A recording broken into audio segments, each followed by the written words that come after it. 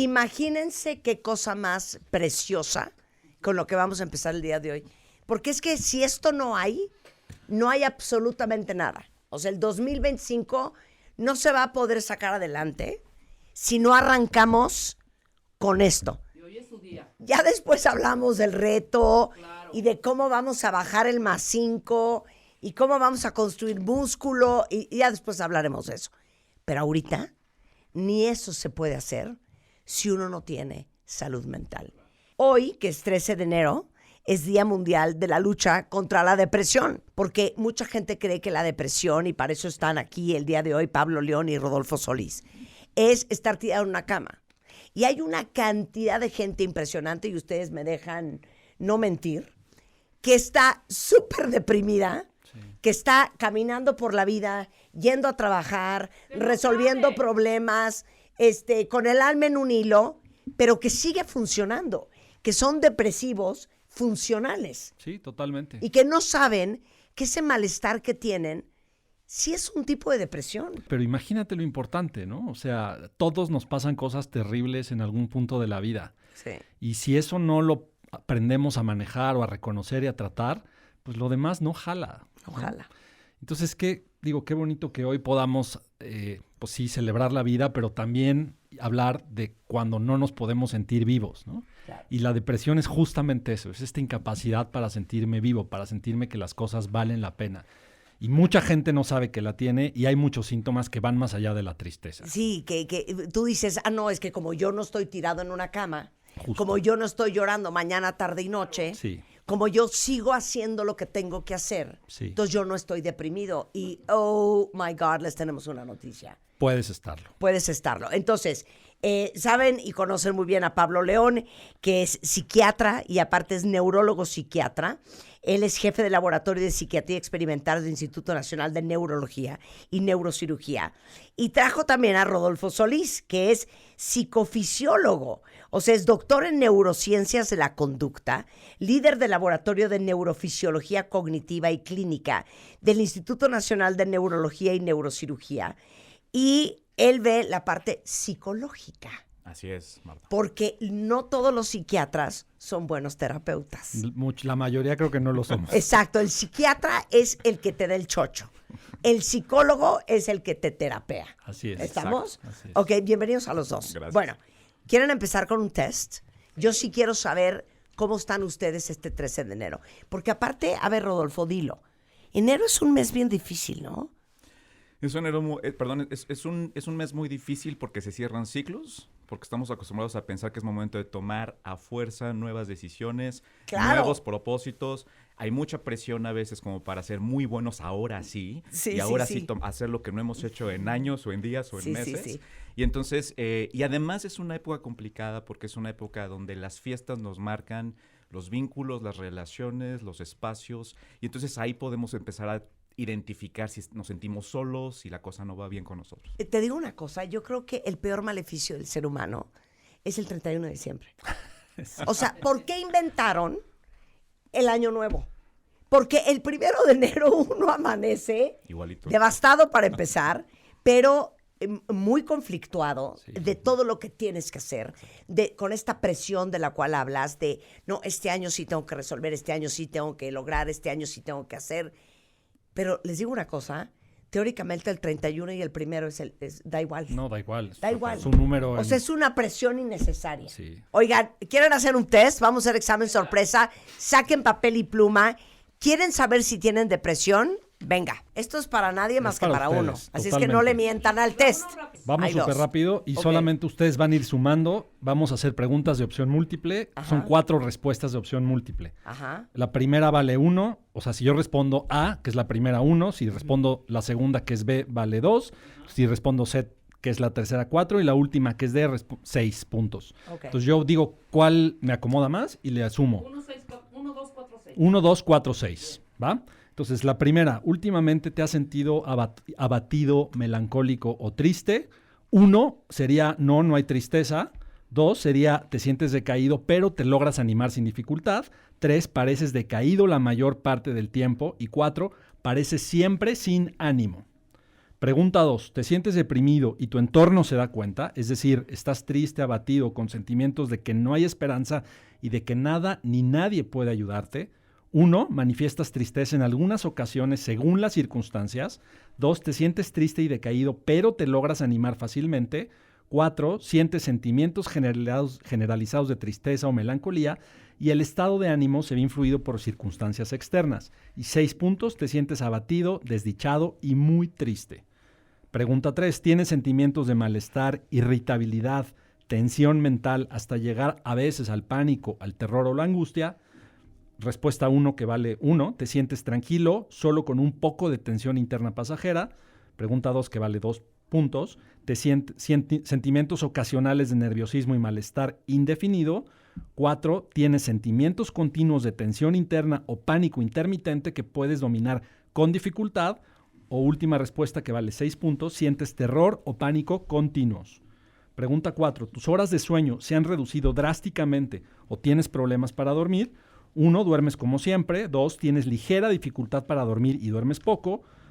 3, que vale 4 puntos. Tienes sueño reducido o interrumpido durante al menos 2 horas. Y última que vale 6. Duermes menos de 2 o 3 horas al día. Pregunta 5. ¿Tienes pérdida de apetito comparada con la que tienes cuando te sientes bien? 1. ¿Tienes apetito normal o aumentado? 2. Apetito ligeramente reducido. 4 puntos. Sin apetito, la comida es insípida. Y última pregunta que vale 6 puntos. ¿Necesitas persuasión para comer algo? Pregunta 6. ¿Tienes dificultades para concentrarte? 1. No hay dificultad para concentrarme. 2. ¿Tienes dificultad ocasional para concentrarte? 4. ¿Tienes dificultades para concentrarte y seguir una idea que reduce tu capacidad, por ejemplo, de leer o mantener una conversación? Y 6 puntos, te sientes incapaz de leer o mantener una conversación. 7, tienes dificultad para empezar algo o sientes lentitud para iniciar y realizar las actividades diarias. 1, te sientes sin dificultad para empezar algo. 2, tienes dificultad para empezar tus actividades, pero ya que las inicias todo funciona bien. 4, tienes dificultades para empezar actividades rutinarias sencillas o te cuestan demasiado trabajo. Y 6 puntos, te sientes incapaz de hacer algo. 8, tienes poco interés por lo que pasa en el exterior y tu capacidad de reacción ante lo que pasa es menor. 1, sientes interés normal por el entorno y otras personas. 2, tienes menor capacidad para disfrutar de las cosas que normalmente te interesan. 4, pérdida de interés por el entorno, pérdida de sentimientos respecto a los amigos conocidos. Y 6 puntos, tienes la sensación de estar emocionalmente paralizado, con incapacidad incluso para sentir enfado, pena o placer y un total o incluso dolorosa falta de sentimientos hacia la familia o amigos. 9, tienes pensamientos de culpabilidad, inferioridad, autorreproche y remordimiento. Esa es la pregunta 9. 1, no los tengo. 2, tengo ideas de fracaso, autorreproche o autodesprecio. 4, tienes autoacusaciones persistentes pero aún racionales, o sea, te sientes culpable con ideas cada vez más pesimistas respecto al futuro. 6 puntos, tienes de hecho ya alucinaciones de remordimiento y culpa absurda e inquebrantables. Y última pregunta, ¿tienes sentimiento de que no vale la pena vivir o desearías que la muerte llegara de manera natural? 1, disfrutas de la vida y aceptas tal como viene. 2, te sientes cansado de vivir, tienes pensamientos de muerte pasajeros. 4, crees que probablemente estarías mejor sin existir. Los pensamientos de quitarte la vida son habituales y se considera este hecho como una posible solución, pero sin ninguna intención o plan específico. Y 6 puntos, ya has tenido planes específicos para hacerte daño y afectar o atentar contra tu vida. Ok, a ver, vuelve a decir entonces cuánto vale cada uno. La primera respuesta vale 1, la segunda respuesta uno. A vale 1, B vale 2, C vale 4, D vale 6. Muy bien. Danos los resultados. 0 a 6 puntos, no tengo síntomas. 7 a 19, tengo depresión leve. 20 a 34, mi depresión es moderada. 35 en adelante, depresión severa. Ok, pero a ver, ¿qué es la depresión? Y dame los síntomas. Justo, mira, la depresión es una condición de salud mental bien importante. Es una combinación de genética y ambiente. Sí es bien importante entender que cuando alguien se deprime, sí es porque puede tener una predisposición biológica a padecerlo. Sí. Es decir, es como muchas otras condiciones de salud mental que se deben a un desbalance bioquímico del cerebro. O sea, hay familias enteras depresivas. Absolutamente. Sí. Familias enteras donde hay una predisposición y después el entorno y el estrés de mi entorno pues funciona como un gatillo o un detonante. Entonces, cuando se combina estrés y se combina genética, pueden aparecer los síntomas que se incluyen dentro de las preguntas que mencionamos, ¿no? Que incluyen la tristeza, también la desesperanza, pero muy importantemente y en personas jóvenes siempre lo hemos dicho, la irritabilidad. Y esto que tú dices, Marta, las personas deprimidas funcionales. O sea, yo puedo estar en un burnout, en una depresión crónica, pero ser muy funcional, ¿no? Y se manifiesta de otra manera. O sea, me puedo levantar, pero estoy agotado, estoy irritable, problemas de sueño, ¿no? Y desde luego los aspectos psicológicos, que también... Sí, agregar también que así como hay aspectos genéticos, también hay familias depresógenas en el sentido conductual, ¿no? O sea, a veces enseñamos a la gente a ser depresiva. ¿Cómo? Pues cuando invalidamos sus emociones, por ejemplo. Cuando les decimos que lo que sienten no está bien, que tienen que reprimirlo, que no tienen que comunicarlo. Cuando no les indicamos qué quieren ellos, por ejemplo, que ahorita vamos a ir para allá en cuanto a la flexibilidad psicológica, que es un factor protector al parecer. Entonces, puede haber familias depresivas por aspectos bioquímicos y genéticos y puede haber una enseñanza en el aspecto familiar que induce a la depresión, ¿no? Entonces, también el aspecto contextual que dice Pablo, pues tiene mucho que ver con lo que vamos aprendiendo, cómo gestionamos las emociones, cómo gestionamos el estrés, cómo gestionamos lo que nosotros queremos versus los que nos dicen que tenemos que querer, ¿no? Cuando tenemos fragilidad en esos aspectos, no saber a dónde vamos, no saber qué queremos, no saber poner límites, por ejemplo, no saber validar emociones propias y de otros, el camino de la depresión también está ahí como bastante colocado, ¿no? Claro. Imagínate, el doble golpe, ¿no? El genético y el aprendido. Sí, sí, sí. Entonces, a ver, ¿qué más hay? Alteraciones de sueño, cansancio, falta de energía. Dificultades de concentración y mala memoria es un síntoma bien común. Problemas de sueño, me despierto, tengo falta de energía. Además hay síntomas físicos, dolores de cabeza, tensión muscular, molestias gastrointestinales, problemas cardiovasculares, o sea, sensaciones cardiovasculares, respiratorias, pseudoneurológicas, mareo, náuseas, pérdida del apetito, y finalmente esta idea de que las cosas o la vida ya no vale la pena. Pero les digo dos cosas bien importantes. Lo que decías de la irritabilidad. Uno Sí. nunca asociaría Sí. estar que te lleve el diablo del peor humor, súper irritable, con los nervios de punta, súper hiperreactivo a todo lo que te pasa con la depresión. Sí. Totalmente. Y esa puede ser otra forma de depresión. Y algo que hicimos tú y yo el año pasado, hablando sobre los hombres, es muy común que a los hombres se les manifieste la depresión estando que se los lleve el diablo todo el día. Eso es súper importante, Marta, porque a hombres y a mujeres nos enseñan diferente cómo manejar las emociones, ¿no? Sí. Las únicas emociones que los hombres somos a veces en algunas culturas que nos permite expresar son las que tienen que ver con la violencia, por ejemplo, y tienen que ver con el enojo y la irritabilidad, por supuesto. Entonces, a veces los hombres lo que hacemos es expresar la depresión por la única vía que tenemos para expresarla, y es a través de irritabilidad. Claro. Las mujeres sí reportan más tristeza, más sentimientos de culpa, etcétera, ¿no? Entonces, tenemos que ver también variables demográficas, o sea, variables, qué edad tengo, cómo me educaron, de dónde vengo, ¿no? Porque a lo mejor la manera en la que estoy expresando la depresión es muy particular, ¿no? Claro. Y no significa que no existan, como dicen, Exacto. ¿no? Y no significa que no la tienes.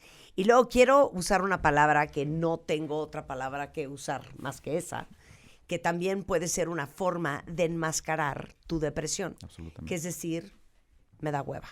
Por supuesto. ¿No? Sí, Eso es totalmente. clásico en la apatía. consulta. La apatía. Los pacientes que en consulta te dicen, a mí me da muchísima flojera, ¿no? Y es como, ¿es flojera o es aversión?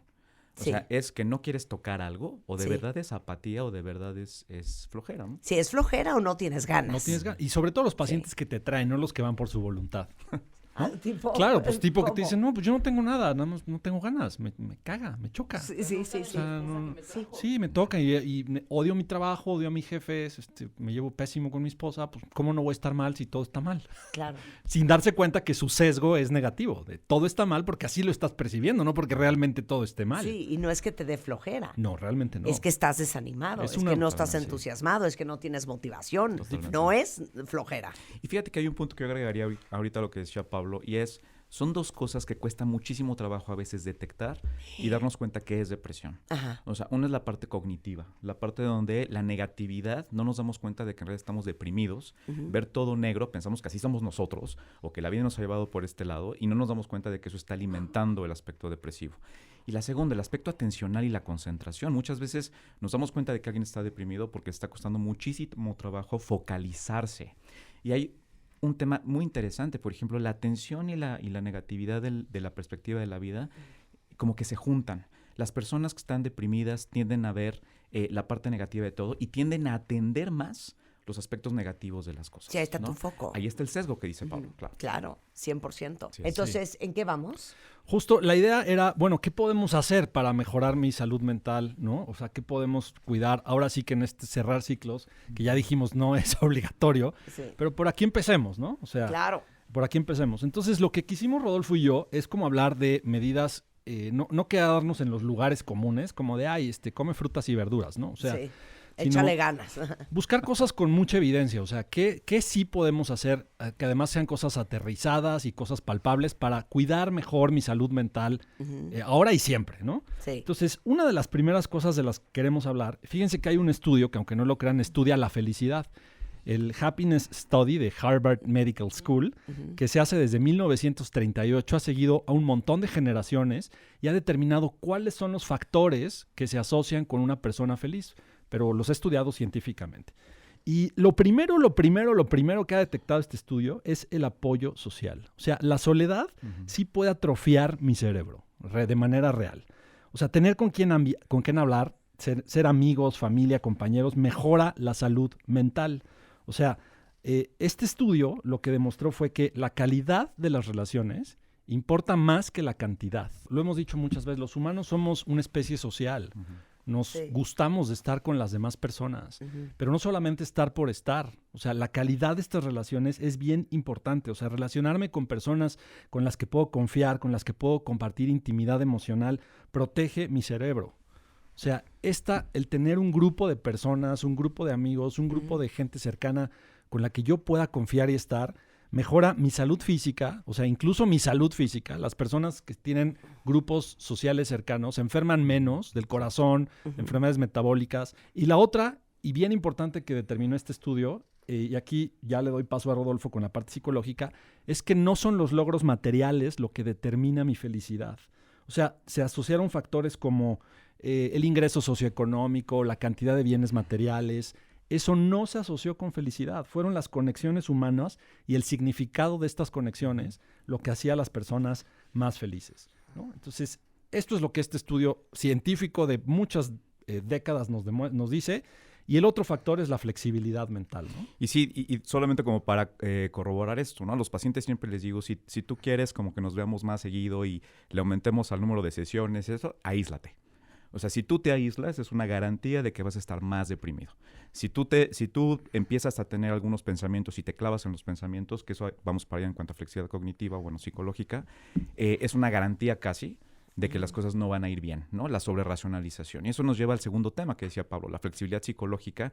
Es un tema interesante porque parece que son un conjunto de capacidades psicológicas que nos permiten y nos protegen de la depresión. O sea, ya hay miles de estudios ahorita que están demostrando que ser flexible conmigo mismo y con mis propias conductas me llevan a una buena salud mental. ¿Qué es esto de la flexibilidad psicológica?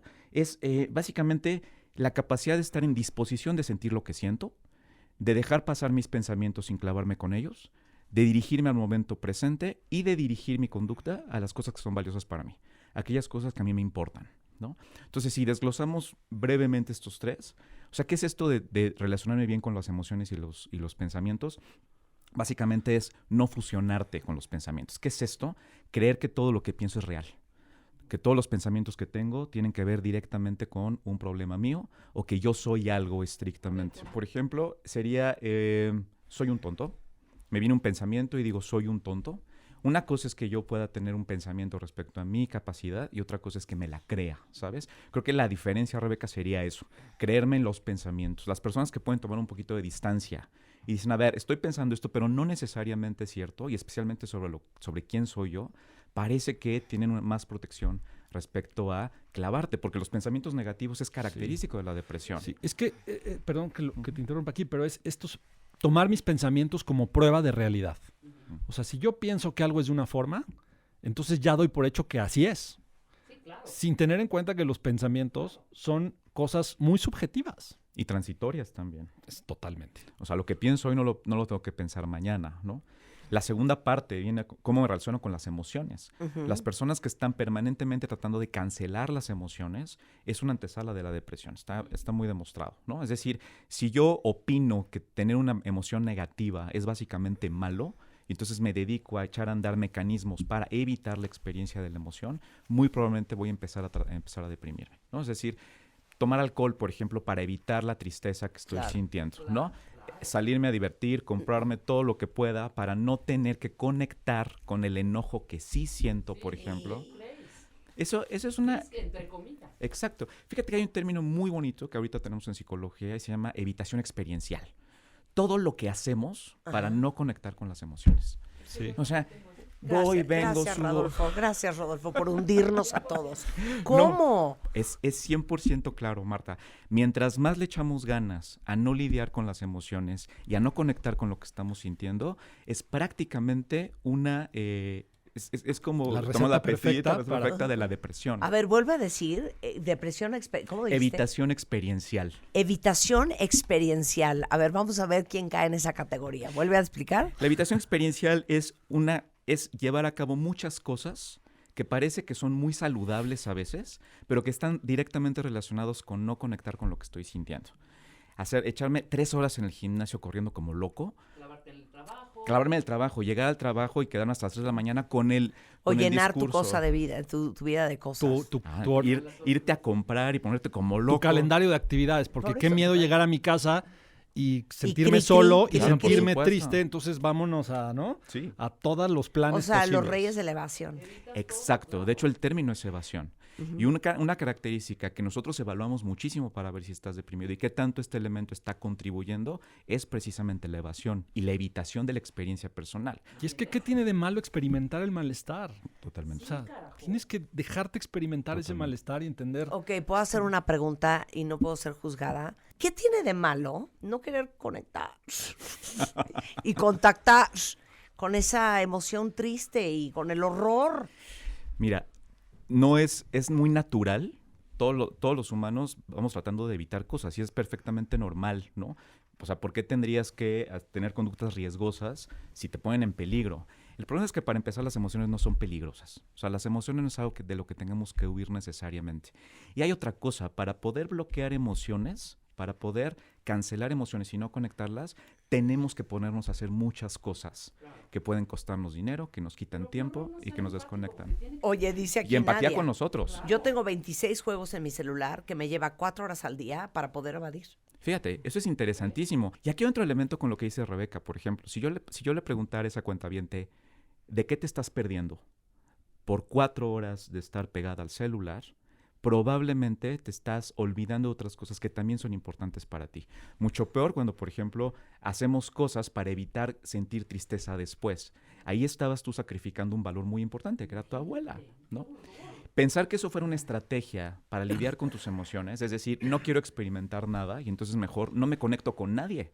Y entonces mejor no establezco relaciones, no me vinculo con nadie, etcétera. Si eso es una estrategia de evasión o de evitación experiencial, lo más probable es que estemos en riesgo de deprimirnos más adelante. Y es que no conectar contigo mismo te impide también vincularte con otros.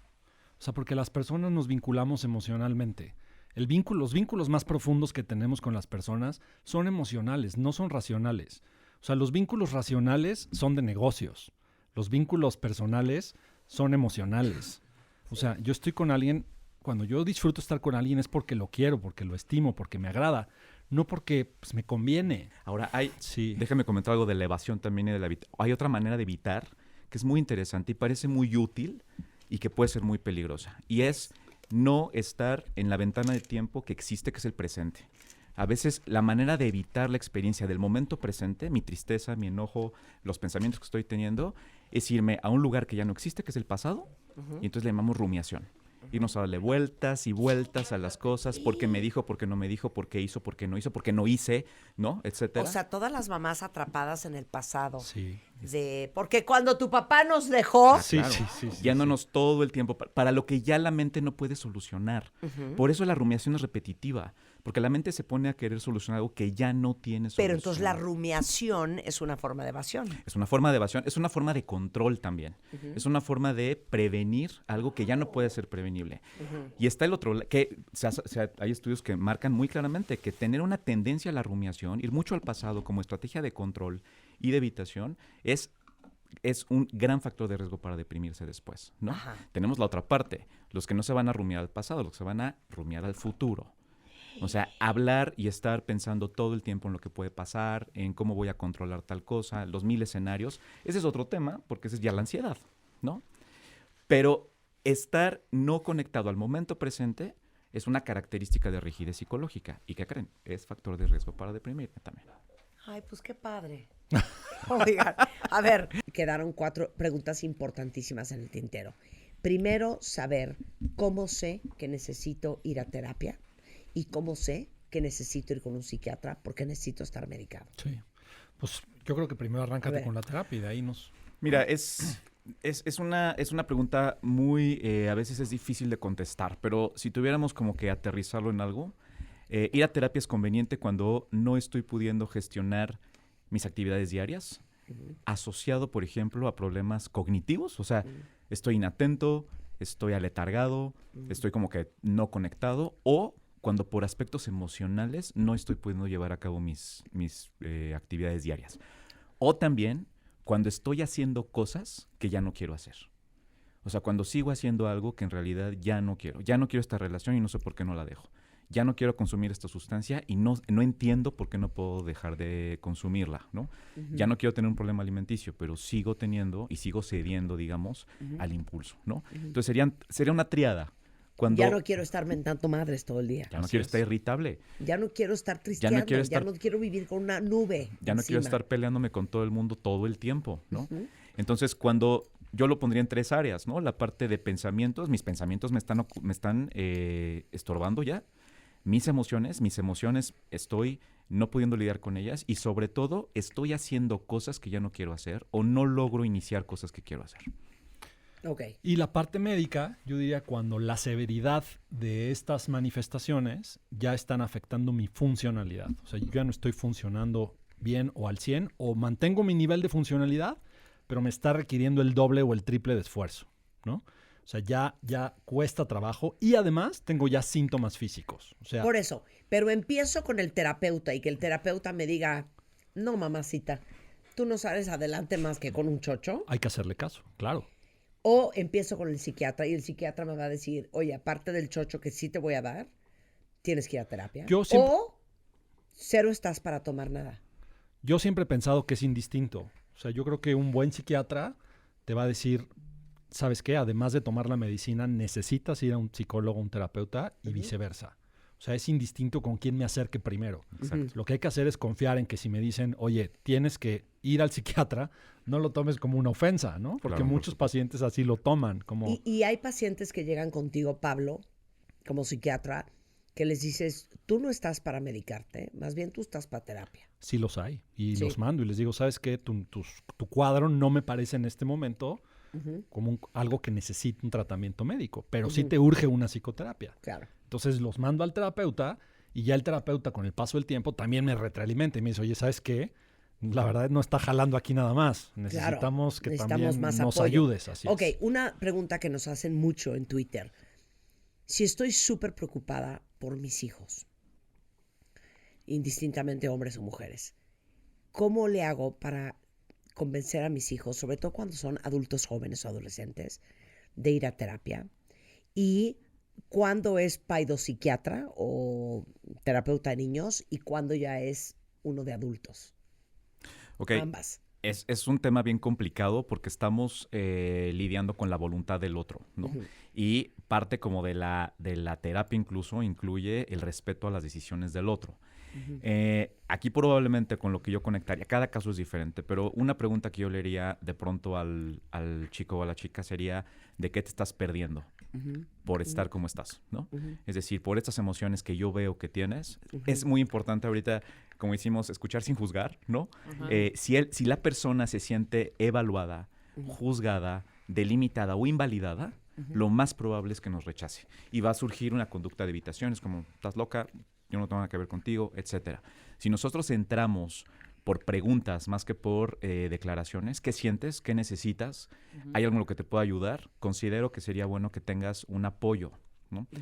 y hacerle ver que esto que está pasando con esta persona lo está alejando de cosas importantes para ella. Su trabajo, sus estudios, sus relaciones, su noviazgo, su matrimonio, etcétera, ¿no? Sería un primer abordaje, me parece. Y yo lo que siempre les digo es, como tú lo decías antes del corte, ¿cómo lo llevo de los pelos? Yo digo así, de los pelos. O sea, gran parte del trabajo que nos toca hacer a nosotros es enganchar a los pacientes. Entonces yo a veces les digo, tú tráelo a como dé lugar. Y entonces yo me encargo. Sí, esposado si necesario. Porque justo lo que dice Rodolfo, nosotros pues con tantos pacientes que hemos visto, vas encontrando la forma de cómo entrarle al paciente difícil. A ver, quiero ejemplos. El señor insoportable, que no señor quiere insoportable, ir y fue a huevo. A ver, yo desde que entra el paciente, tú te das cuenta si viene o lo traen. Entonces, esa es la primera pregunta que yo hago. ¿Cómo? Ok, entonces yo siempre rompo el hielo diciéndole, ok, veo que usted no viene si no lo traen. Y eso de entrada les da un poco de risa, ¿no? Digo, bueno, mire, señora, así pasa, ¿eh? Así las señoras, ya sabe, son bravas, o sea. Pero como usted y yo queremos una vida feliz, mejor hagámosle caso a su señora, como todos tenemos que hacerle. Sí. Y ya está aquí, ya se tomó el tiempo, ya va a pagar una consulta. Sí. Dígame si usted cree que hay algo en lo que se le puede ayudar o de plano si su señora está loca, ¿no? Pues no, la verdad yo me siento muy bien. Bueno, ok, ¿y cómo está durmiendo, por ejemplo? Bueno, no, sí, duermo pésimo. ¿No? Ah, no me diga, duerme mal. Supongo que eso también lo hace despertar cansado. No, bueno, sí, despierto como si me hubieran dado con un mazo. Y luego le cuesta trabajo arrancar el día. Pues sí, la verdad, sí. ¿Y cómo nota la concentración? No, pues sí, de la fregada. O sea, sí, la verdad estoy muy olvidadizo últimamente. Ah, entonces duerme mal, tiene poca energía, se concentra poco, ¿no? No, pues sí. Y ya se checó sus laboratorios. Sí, ya fui con mi urólogo y ya me saqué. Todo está bien. Digo, híjole, ¿y entonces no cree que eso podríamos mejorarlo? Bueno, pues si me puede ayudar a dormir, pues increíble, ¿no? Sí, no. Perfecto. Entonces ahí te vas, ¿no? Entonces le haces ver que en realidad sí tiene molestias, que él mismo se beneficiaría en mejorar. Claro. Que esto no es por darle gusto a alguien, ¿no? Y la verdad es que cuando el río suena es porque agua lleva, ¿no? Entonces cuando te traen a alguien es porque verdaderamente está mal. Nadie te va a traer a alguien así porque... Oye, ¿y cuando te traen a alguien a ti, Rodolfo? Igualito, o sea, normalmente hago este espacio y pasa igual con gente muy joven, ¿no? Que dices, oye, ya estamos acá, ¿no? O sea, estamos aquí, mira, regalémonos estos 50 minutos y me cuentas más o menos qué está pasando. Y a veces la pregunta es como, ¿por qué te están regañando tanto, no? ¿Por qué está tan enojada, no? Y cuando empezamos a hablar como...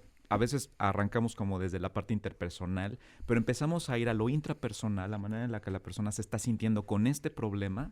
A veces como, oye, ¿qué tal si tú y yo trabajamos un poquito para que esta relación que hoy te está costando tanto trabajo mejore, ¿no? Y te dejes de pelear allá afuera. Sí. ¿No? Y lo que pasa es que dice, bueno, está bien, sí voy a ir, no por lo que tú me traías, sino por lo que Totalmente. yo tengo. Perfecto. Exacto. Como quieras, pero ve. Más que suficiente. A como sea.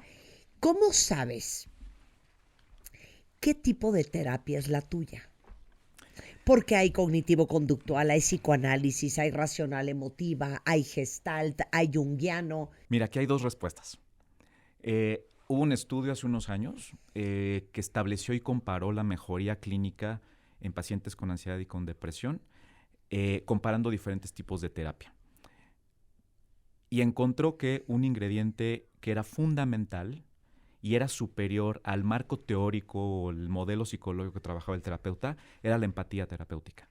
Es decir, si yo me siento conectado con mi terapeuta y si siento que él me está escuchando y que estamos teniendo una buena interacción, eso es un ingrediente que es muy positivo. Ahora, hay un segundo punto. La recomendación, igual que en la medicina, es ir a procesos o a intervenciones que tengan evidencia.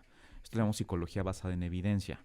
Y las terapias o el modelo terapéutico que ahora ha tenido, y no ahora, hace muchos años, ha tenido mayor evidencia de eficacia porque se somete a ensayos controlados, doble ciego, etcétera, igual que un fármaco, es la terapia cognitivo-conductual y la terapia conductual contextual. Está teniendo también como mucha evidencia ahorita.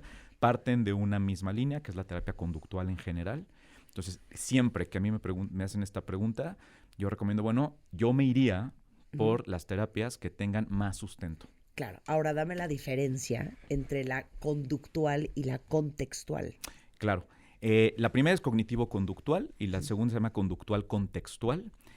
parten de un modelo más o menos similar y es trabajar con el comportamiento más que entrarle demasiado a la racionalización o hacerle demasiado énfasis al pasado, a mi mamá, a mi papá, Cuando yo era chiquito, mi mi mamá, inconsciente, sí. etcétera. Nos centramos más en el aquí y ahora, eso tienen en común las dos terapias, y trabajamos con los comportamientos observables o directos que te pueden ayudar. Ejemplo.